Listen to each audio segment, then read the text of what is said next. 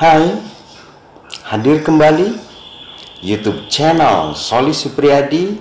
Dalam pembelajaran yang sangat asik, kita akan belajar mengenai pembahasan bab 5, yaitu perpindahan kalor secara konveksi dan secara radiasi.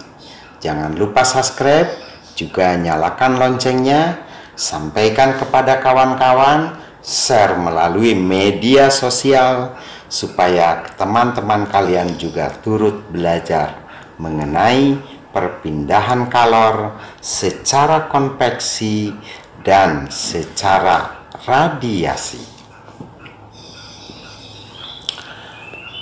Konveksi itu dinamakan aliran.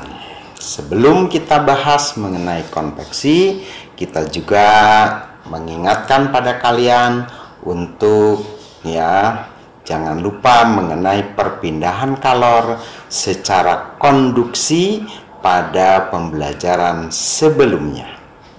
Gitu ya. Konveksi adalah perpindahan kalor yang disertai perpindahan partikel-partikel zat tersebut. Konveksi terjadi pada zat cair dan zat gas, Nah, itu konveksi. Konveksi tidak terjadi pada zat padat, jadi hanya pada zat cair dan zat gas, begitu ya. Pada zat cair, konveksi terjadi karena adanya perbedaan massa jenis zat. Jadi karena perbedaan massa jenis, maka terjadi peristiwa konveksi. Misal sistem pemanasan air, sistem aliran air panas, gitu ya. Nah, itu terjadi secara konveksi. Tuh. Pada zat gas, konveksi terjadi karena adanya perbedaan tekanan udara, gitu ya. Jadi adanya perbedaan tekanan udara pada udara. Perbedaan tekanan udara itu mengakibatkan terjadi perpindahan udara, ya. Nah, pada proses perpindahan itulah terjadi konveksi. Misalnya terjadi adanya angin darat, ya. Terus adanya angin laut, terjadinya angin gunung, angin lembah. Nah, sistem ventilasi yang ada di rumah kalian. Nah, itu adalah peristiwa-peristiwa konveksi pada udara. Untuk mendapatkan udara yang lebih dingin dalam ruangan, biasanya kita memasang AC atau kipas angin. Peredaran udara, cerobong asap pabrik, dan peredaran udara pada lampu teplok, proses terjadinya angin darat dan angin laut, itu semuanya adalah peristiwa konveksi. Nah, kita lihat penyebab angin laut. Pada siang hari,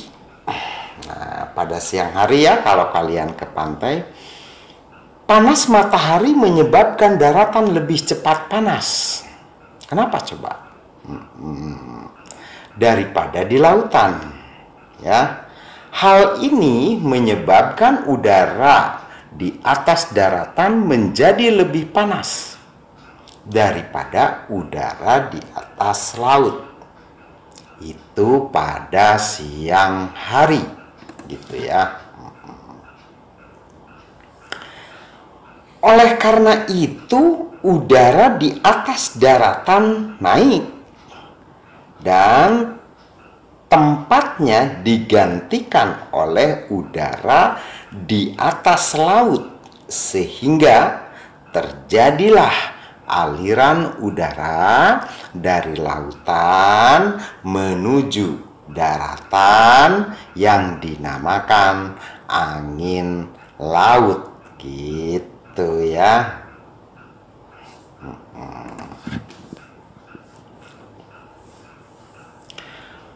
Pada malam hari, nah kalau tadi siang hari, sekarang pada malam hari, daratan lebih cepat dingin daripada lautan.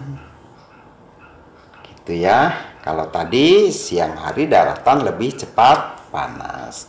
Pada waktu malam hari daratan lebih cepat dingin.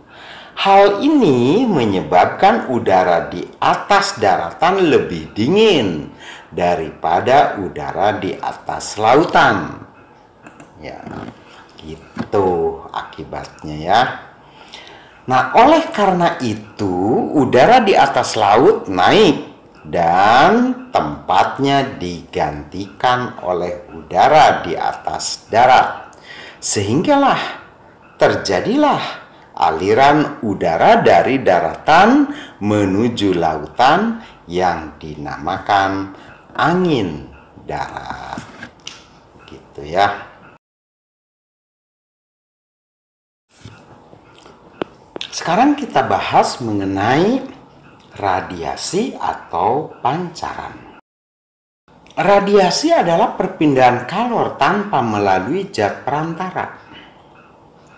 Contoh, panasnya sinar matahari sampai ke bumi, panasnya api unggun, tungku pemanas, dan masih banyak proses-proses lain yang bersifat radiasi.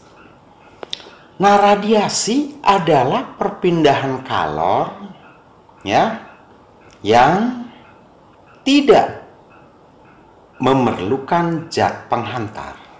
Gitu ya. Nah, jadi tidak memerlukan zat penghantar. Itu radiasi.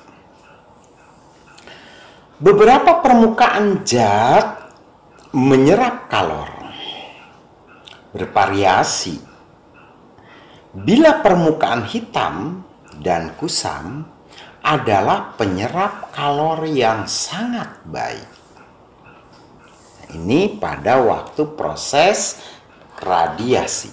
Jadi pada waktu radiasi jatuh ke permukaan hitam, maka oleh permukaan hitam itu kalor akan diserap sebanyak-banyaknya dengan kuat. Begitu ya.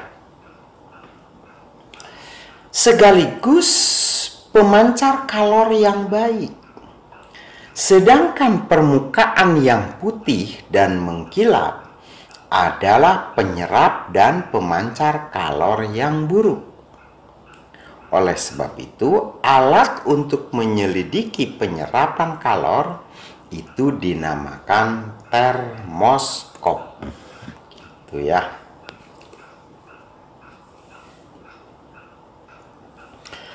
Pemanfaatan kalor dan perpindahannya dalam kehidupan sehari-hari ya. Jadi perpindahan kalor itu pasti ada manfaatnya bagi kehidupan manusia sehari-hari. Dalam kehidupan sehari-hari banyak dijumpai peralatan rumah tangga yang prinsip kerjanya menggunakan konsep perpindahan kalor, gitu ya. Jadi banyak alat kerjanya prinsip perpindahan kalor. Pemanfaatan kalor dan perpindahannya dalam kehidupan sehari-hari, ya. Jadi perpindahan kalor itu pasti ada manfaatnya bagi kehidupan manusia sehari-hari. Dalam kehidupan sehari-hari banyak dijumpai peralatan rumah tangga yang prinsip kerjanya menggunakan konsep perpindahan kalor, gitu ya. Jadi banyak alat-alat rumah tangga yang menggunakan prinsip ya kerjanya prinsip perpindahan kalor. Berikut beberapa contoh penerapan perpindahan kalor dalam kehidupan sehari-hari. Ya, seperti Nah, termos ya. Termos itu berfungsi untuk menyimpan zat cair yang berada di dalamnya agar tetap panas dalam jangka waktu. Ya. Jadi untuk mempertahankan suhu ya, zat yang terdapat di dalam termos. Prinsip kerja termos sehingga dapat mencegah perpindahan kalor secara konduksi, konveksi maupun radiasi. Nah, di dalam termos itu dilengkapi beberapa bagian alat.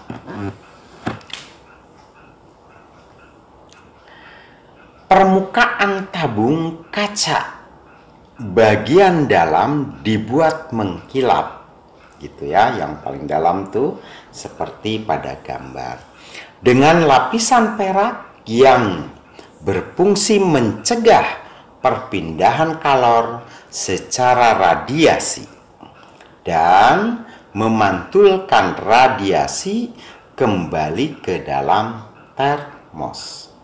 Nah, itu ya fungsi kaca pada bagian dalam.